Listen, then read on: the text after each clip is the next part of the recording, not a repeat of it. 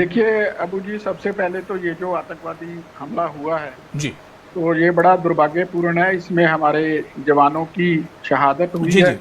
और नमन है हमारे जवानों को। और इस मौके पर जो सियासत हो रही है, मेरे साथ की खिड़की में कांग्रेस प्रवक्ता भी बैठे हैं, उन्होंने भी कहा, सीनियर है, उन्होंने भी कहा कि इस पे सियासत नहीं होनी चाहिए।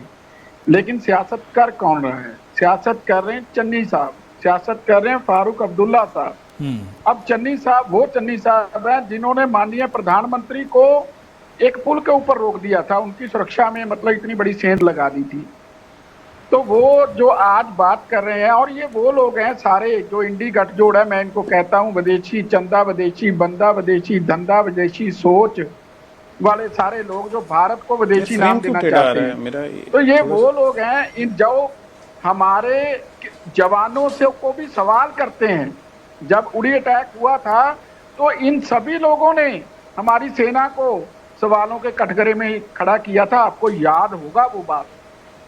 और वो इस बात पर मतलब प्राउड फील नहीं कर रहे थे कि हमारे देश के जवानों ने इतनी बड़ी सर्जिकल स्ट्राइक की है। धालीवाल जी, इन कांग्रेस लोगों को कांग्रेस कांग्रेस तो यहां तक कह रही कि इस तरह के जब आतंकी हमले होते हैं तो बीजेपी उसका चुनाव में फायदा उठाने की कोशिश करती है, उसका फायदा उठाती है बीजेपी।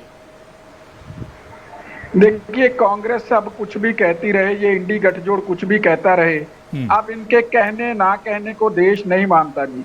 क्योंकि इन लोगों जो लोग सवाल पूछते पूछते देश की सेना के ऊपर हमला करना लगे। हमारे पहले समय में होता था, कोई आदमी सेना को या शासन को सवाल करता, उसे गद्दार कहते थे। तो ये मैं अब ये सारा इंडी गठजोड़ जो है, जो आज ये सवाल कर रहा है, ऐसी चीजें फैला रहा है और हमारे सैनिकों की जो शहादत है उसकी गरिमा को गिरा रहा है। हम पंजाबी लोग हैं जो हमारे बेटे बॉर्डर पे हैं, सबसे ज्यादा शहादत हमारे बेटों की होती है। और हमारा एक पूर्व चीफ मिनिस्टर ऐसी बातें करे और शहादत को लेकर के, जवानों की शहादत को लेकर के सियासत करे, तो ये बहुत मेरे ख्याल से घिनौना अपराध है। और वो जो माएं अपने बच्चों को चलिए इस पर हम गुलाम नबी मोंगा जी